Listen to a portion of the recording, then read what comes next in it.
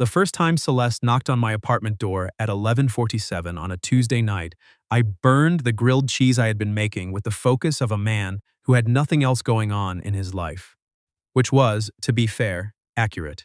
She stood in the hallway in a puffy jacket 2 sizes too big, her dark hair still damp from the rain outside, holding a recycling bin that very obviously belonged to me. "I think this blew onto my balcony," she said. "Also, your smoke detector is going off." I could hear it through the wall. I looked at the recycling bin. I looked at the smoke detector on my ceiling, screaming into the empty apartment, then back at her. "I was multitasking," I said. "You were failing at two things at once." That was Celeste Marchand. I should clarify what I mean when I say she was my neighbor. Because Neighbour doesn't really cover it. We shared a wall in a six-floor building on Rue Saint-Denis in Montreal, which meant I had heard her laugh, heard her argue with her sister over the phone, heard the particular way she said non, c'est pas ça when she was frustrated with something. Long before I ever learned her name. She was 28, a graphic designer who worked mostly in French but swore fluently in both official languages. And she had the kind of dry delivery that made everything she said land about 3 seconds after she said it, just long enough that you looked slightly slow for not catching it faster. I was 31. I had recently become a person who burned grilled cheese on a Tuesday because I was eating dinner alone for the 14th night in a row, and I had run out of reasons to try harder than this. 6 months earlier, my girlfriend of 4 years had ended things at the kitchen table of the apartment we had shared on Avenue du Parc over coffee that had gone cold because neither of us had been brave enough to start the conversation we both knew was coming. She said she loved me, but that we had become very good roommates, and not very much else. She said it gently, the way you deliver news to someone you still like. I think that was what made it harder. Not the anger, but the gentleness. The implication that whatever we had been had just quietly stopped working, like a phone that needed replacing, no drama, just time. I moved to the apartment on Saint Denis 3 weeks later. I kept the coffee maker and the good knives, and a throw blanket she had bought on a trip to Tremblant. I started eating dinner at the kitchen counter because I couldn't make myself sit at the table. I photographed weddings on weekends, corporate headshots during the week, and spent the rest of my time doing very little and telling myself I was healing. Then Celeste returned my recycling bin and pointed out that I was bad at cooking, and something about the way she said it made me feel like a person again. Just briefly. Just enough. She brought the bin inside while I dealt with the grilled cheese situation. She looked at my apartment the way people look at rooms they've already decided an opinion about. Then she saw the camera bag on the counter. "You're a photographer?" "Technically, I'm a man who just cremated a sandwich." She picked up the strap, just curious, not invasive. "What kind?" "Weddings, mostly. Some commercial, whatever pays." She set it down. "I design wedding invitations, sometimes the table layout cards, the little ones." She paused. "That's not interesting." "It is, actually." She looked at me like I was being polite. "The ones with the foil embossing," I said. "And the weird paper that sounds expensive when you put it down." Someone hired me once who had coordinating everything. The invitations, the menus, the little signs. It was this very specific level of detail that either meant they were very type or very in love. "Probably both," Celeste said. "Almost always." She left 20 minutes later. On the way out, she noticed the grease mark on my ceiling where the smoke detector was still faintly beeping and said, without stopping, "You should open a window." I opened the window. I want to explain how we got from that to what we eventually became, because it didn't happen the way those things happen in films. There wasn't a moment I can point to, some golden lit evening where everything shifted at once.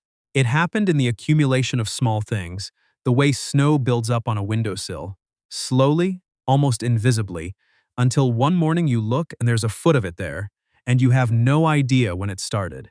She started knocking when she locked herself out, which happened more than seems reasonable for one person.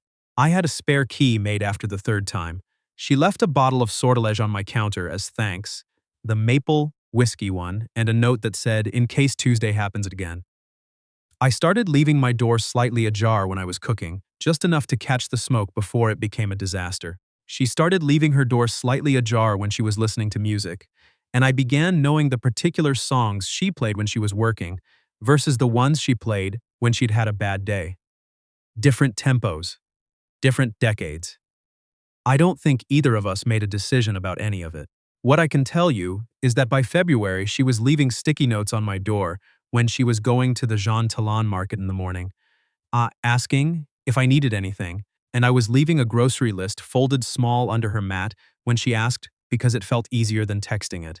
I can tell you that she fell asleep on my couch once, during a documentary about architecture she'd insisted was interesting and then proved wasn't, and that I watched an hour of it alone rather than wake her. I can tell you that she laughed with her whole face, and that I had started arranging things in my apartment so I would be in the kitchen when she knocked, which is the most pathetic and most honest thing I will say about that period of my life. What I cannot tell you is when it became something I was protecting rather than something that was just happening. The answer to that question arrived in March, in the form of an email from my landlord. The building was being converted. Not immediately, but within the year. The units would be sold as condos. I had first right of purchase, which would have been helpful if I had $480,000 sitting somewhere available. I did not. I would need to move. I told Celeste about it the next morning, through the slightly open door, holding my coffee. She went quiet in a way that usually meant she was calculating something. I got the same email, she said finally. When? 2 weeks ago. I set my coffee down. You didn't say anything. I was dealing with it. She paused. Poorly. She told me then what I hadn't known, that she'd moved to the building specifically for the price, that her design income was good, but not condo purchasing good, and that the neighborhood she'd spent 3 years building her life into was about to stop being affordable. She had been to look at 2 places in Rosemont that were smaller and more expensive. She'd made herself sound very matter-of-fact about all of it. I watched her be matter-of-fact and felt something tighten in my chest that I did not examine closely at the time. What if you didn't move? I said. She looked at me. What? What if we? I stopped. Started again. There's a 2-bedroom on the 4th floor. It listed last week. If 2 people were splitting it, it would be slightly less financially catastrophic than the places you're looking at in Rosemont. Celeste stared at me for long enough that I began to regret every word. You want to be roommates, she said. I want to not have to explain to a new neighbor why the smoke detector still beeps sometimes. She almost smiled. Almost. That's a terrible reason. I have better ones. She was quiet. Then she looked at the open door between us, at the grocery list still on her side table from 3 weeks ago that she had apparently kept, at the spare key on her hook. We would need rules, she said. Obviously, actual rules. Not suggestions. Written down, if you want. She looked at me for another long moment. Let me think about it. She thought about it for 6 hours. Then she knocked on my door and said, Okay, but I get the room with the closet. The rules were practical, and we made them seriously. Shared groceries on a proportional basis. No bringing people back without a heads-up text. 1 night a week, where the other person was not expected to be home before 10, no questions asked. A cleaning schedule that we both mitsu would be followed approximately of the time, but agreed to in principle. What the rules did not cover, because we didn't think to write it down, was what to do when the other person got sick. And the practical thing was to make soup, which meant learning which shelf in the fridge was theirs. Or what to do when one of you came home from a wedding shoot destroyed by a father-daughter dance that had been too much to look at through a lens, and the other one put on the television without asking what was wrong and just sat beside you until it passed. Or what to do when she laughed at something in the dark at midnight and the sound of it rearranged something in you that had been sitting very still for a long time. We lived together for 7 months before anything broke. What broke it was not a big thing. It was a Wednesday in October. I had been out all day shooting an engagement session at Parc La Fontaine, and I had come home to find Celeste sitting at the kitchen table, with a folder open, very still, in a way that wasn't her version of still. Her sister had been in a car accident. Minor, she said immediately, before I could say anything. Minor. She's fine. She's at Hôpital du Sacré-Cœur, and she is fine.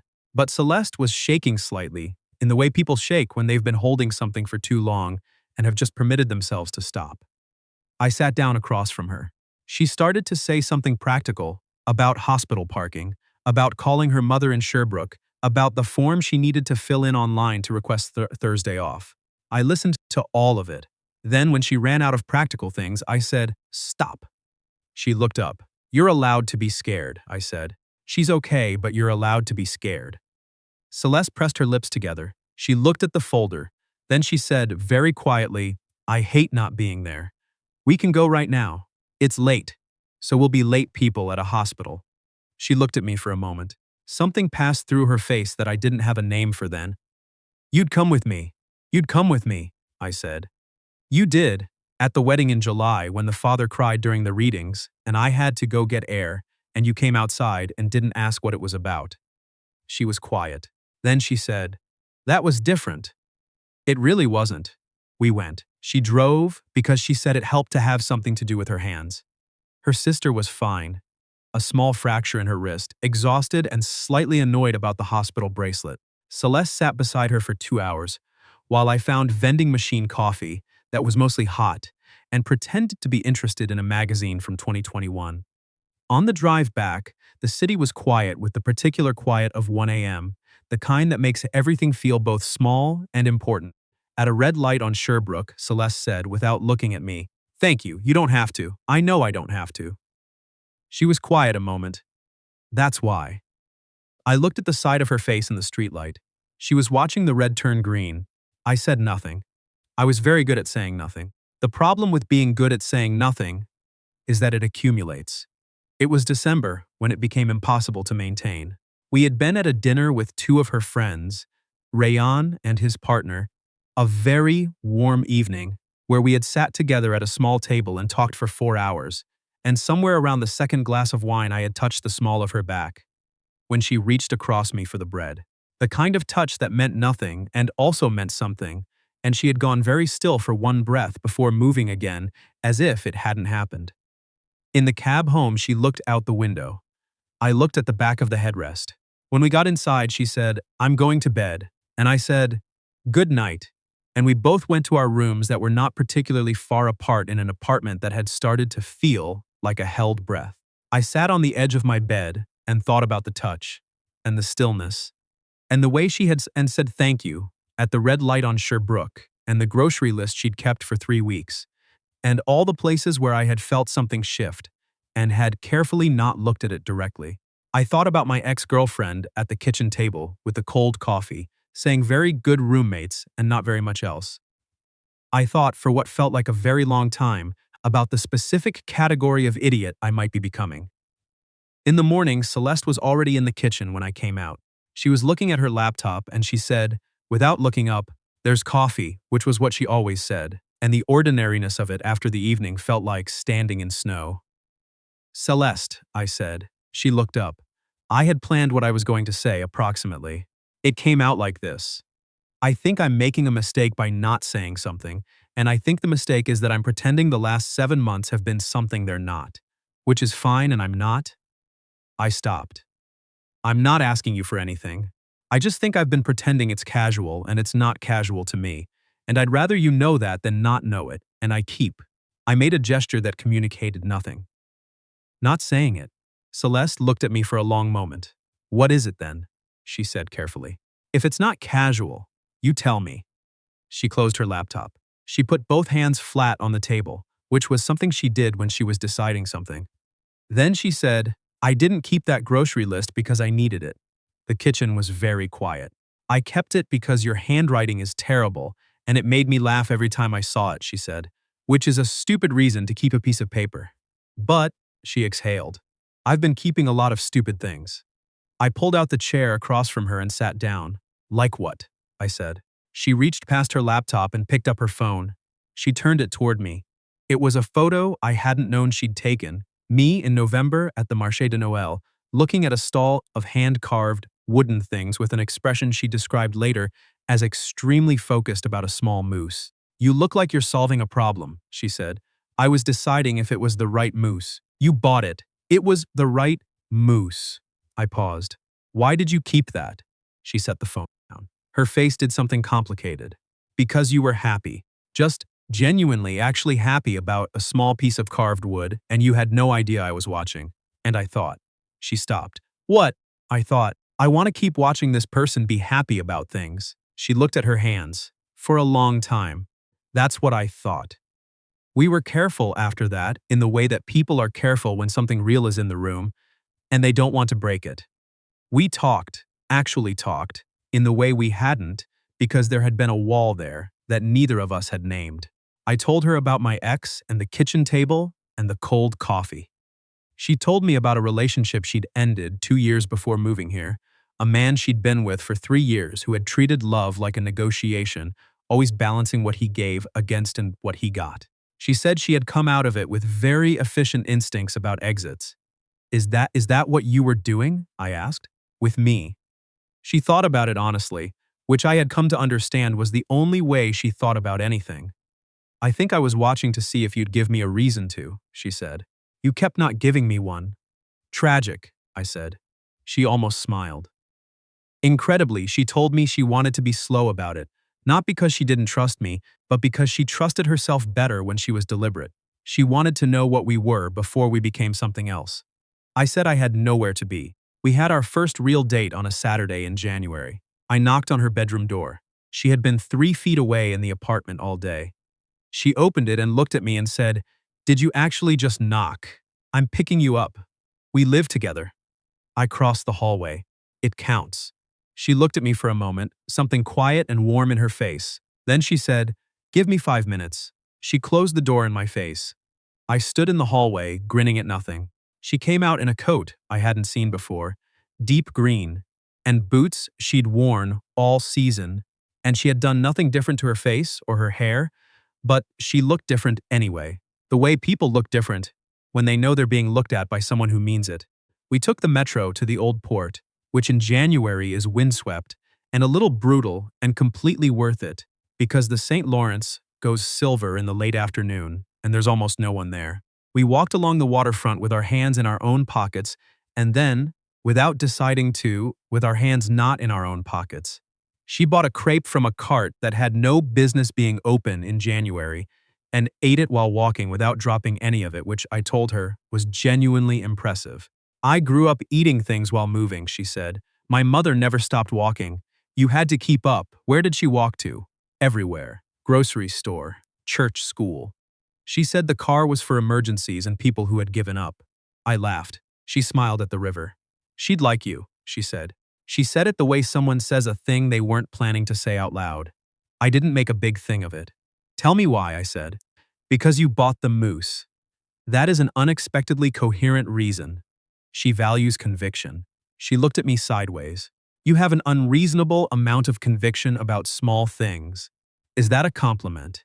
It's an observation. But yes. On the walk back, she told me about growing up in Sherbrooke, about learning both languages simultaneously and feeling like she lived in two different registers of herself, depending on who she was talking to, about choosing graphic design because she wanted to make things that were beautiful and functional at the same time, both at once, not sacrificing one for the other. I told her about my father, who had been a high school history teacher, and who had taken photos on weekends as a hobby, not a career, and how I had watched him his whole life do the thing he loved as a footnote, and had decided I couldn't live with that arithmetic. He doesn't mind, she asked. He says he doesn't. I think he meant it differently when he was younger. She nodded slowly. We were back at our street, the building entrance visible ahead. The things we decide when we're young, she said. Not to me exactly, to the idea of it. Do you regret any of yours? She was quiet for a moment. The relationship I told you about. I stayed longer than I should have. She paused, not out of love, out of not wanting to admit I'd made a mistake. She looked at me. I don't make that mistake twice. I held the door open. She walked through and then stopped in the lobby and turned to face me. This is good, she said, tonight. You were worried it wouldn't be. I'm always worried. She said it plainly, not apologetically. I think clearly and I worry constantly. Those two things coexist. I know, I said. You alphabetize your worries. I've seen the notes. She laughed, startled, and the sound echoed in the empty lobby. Those are creative briefs. They are color-coded. Color coding is not the same as alphabetizing. There's a legend. She laughed again, more helpless this time, and reached out and pushed my arm lightly, the way you do when someone has said something that got you fair and square. I caught her hand without thinking. She looked at our hands, then up at me. The lobby was cold and fluorescent and completely unromantic. She kissed me anyway. It was not dramatic. It was brief and specific, and felt like something she had decided with the same deliberateness she brought to everything. When she pulled back, she looked at me with an expression I couldn't read and then said, "Don't make a big thing of it." "Already forgotten," I said. "Liar. Completely." She pulled me toward the elevator by the hand. What I did not expect was how natural it was, after. Not easy in the way of things that don't mean anything, but natural in the way of things that were always supposed to fit. We had been living side by side for 7 months. We already knew the shape of each other's days. The adjustment was not becoming different people, but becoming honest about what we already were. She still knocked, even when she didn't need to. I still left the door slightly open. Some habits are better kept. We had arguments too, real ones. About the thermostat, which she kept at what I described as aggressively reasonable and she described as not being raised in a sauna. About the bathroom schedule on mornings I had early shoots. About a work event she hadn't told me about that I'd accidentally double-booked against, which surfaced a whole separate conversation about how we handled our schedules that took a Sunday afternoon to resolve and left us both quieter and clearer and, somehow, closer than before. I had grown up watching my parents either fight loudly or not address things at all.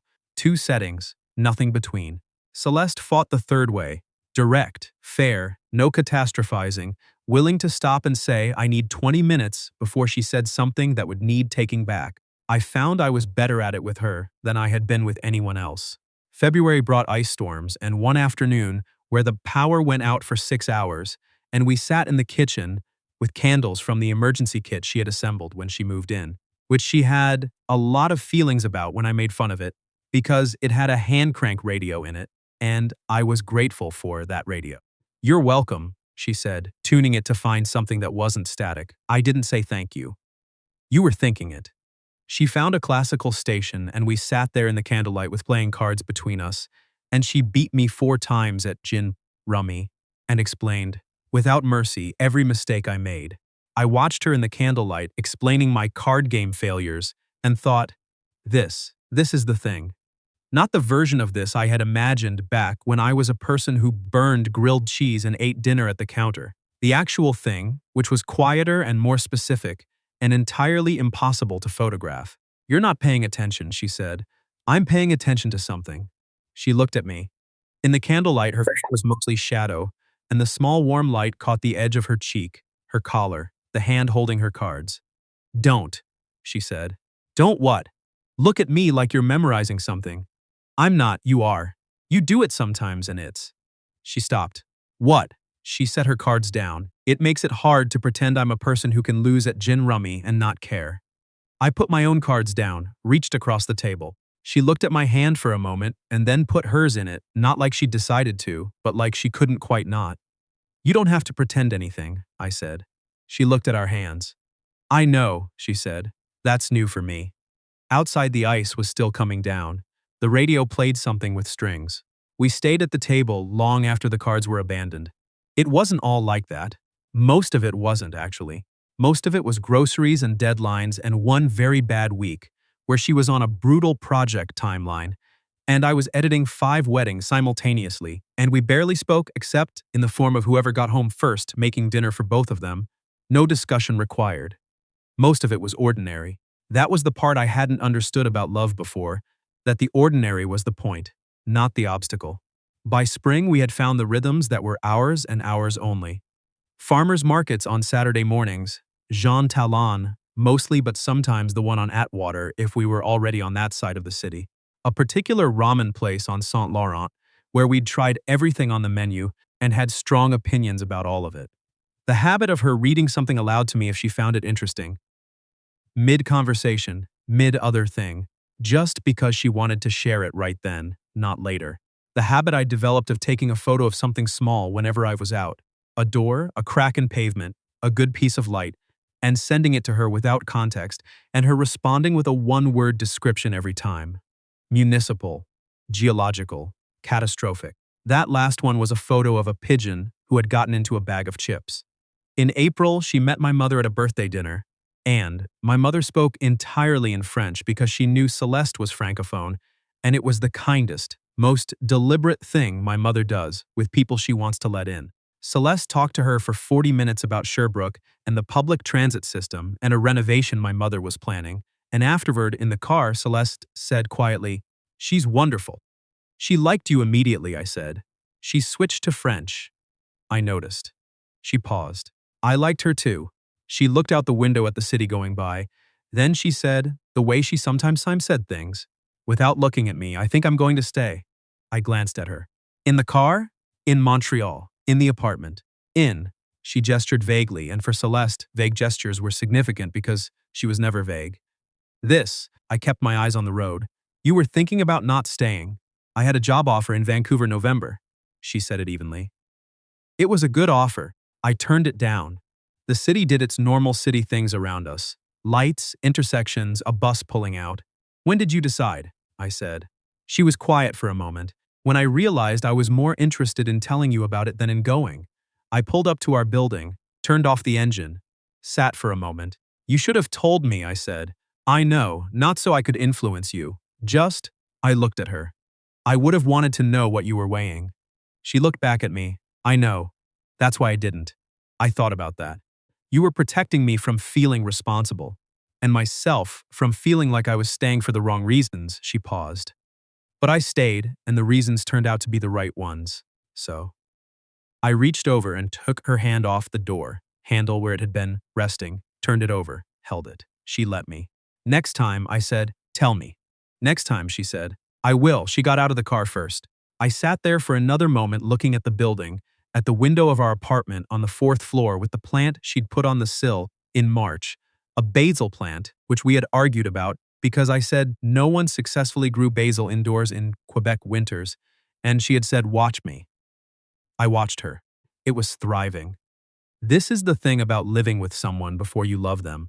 By the time you get there, you've already done the hard part. The part where you learn who they are at 7 a.m. before coffee and whether they wash dishes immediately or let them sit. You know the face they make at bad news and the way they go quiet when they're thinking hard, and which version of quiet is fine versus which one means something is wrong. You've already been trusted with the ordinary. The love part, when it came, didn't feel like an arrival. It felt like the name finally belonging to something that had been there for a while. I told her in May, in the kitchen, entirely without planning to. She was making coffee, and I was eating a bowl of cereal, and she said something, I can't remember what exactly, something about a project she was annoyed with, and I looked at her in the morning light by the window and thought, very clearly, I love this person. And then, because I had spent enough time being silent about things that mattered, I said it out loud. She turned from the coffee maker, looked at me with her eyes clear and her expression doing something careful. "Okay," she said. "Okay, I love you too." She turned back to the coffee. "The cereal you bought has too much sugar, by the way. This is how you accept love confessions. I'm caffeinating first. Give me 3 minutes." I gave her 3 minutes. Then she came and sat across from me with her coffee, and she looked at me the way she'd looked at me in the candlelight, the one she'd told me not to do, and I let her. "Better," I said. "Shut up," she said, and smiled into her cup. The basil plant grew. The winter lights stayed in the bare tree outside our window until the tree started budding in April, and then the lights were just part of it, tangled up in the new green. She kept alphabetizing things when she was anxious, and I kept photographing small objects and sending them to her without context, and she kept describing them in one word, and somewhere in the folder on my laptop labeled miscellaneous. There are now 214 of those photographs and their corresponding words, and I have never shown her that folder, but I think she probably knows it exists. Some things you keep on purpose, not for evidence, not for proof, just because they're yours and they're real and you were paying attention when they happened. On a Wednesday last October, almost exactly a year after I came home to find her sitting very still at the kitchen table with a folder and the news about her sister, I came home to find her in the same chair, but this time she was laughing. Phone held out toward me before I'd even put my bag down. "My sister is engaged," she said. "She wants you to photograph the wedding. I'd be honored." I told her she'd have to pay the rate. "You didn't." I said, "Family discount." She was still laughing. She said, and I quote, "Tell your boyfriend he'd better bring his good camera." I dropped my bag. Sat down across from her. She slid her phone back into her pocket, still smiling. "I have something to show you," I said. I opened the folder, turned my laptop toward her. She looked at it for a long moment. Then she looked up at me. 214, I said. She looked back at the screen, scrolled slowly. The moose. The winter lights in the tree. The pigeon with the chips. The crack in the pavement outside the Raymond place. The plant on the windowsill in March, small and cautious in its coffee can pot. "You kept all of these," she said. "You kept a grocery list." She looked up. Her eyes were bright. "That's different," she said. "Your handwriting is terrible." I know. She turned the laptop back toward herself and kept scrolling, and I watched her face as she went through them, the small things I had noticed and saved, because she was the person I wanted to show them to. Because paying attention is the only way I know how to love someone. Because some things you don't photograph for a portfolio, or a client, or proof of anything at all. Some things you photograph so that, someday, the person they were always meant for can sit across from you in the kitchen, in October, and scroll through them slowly, and smile the kind of smile that reaches all the way through and say nothing, because nothing is exactly the right thing.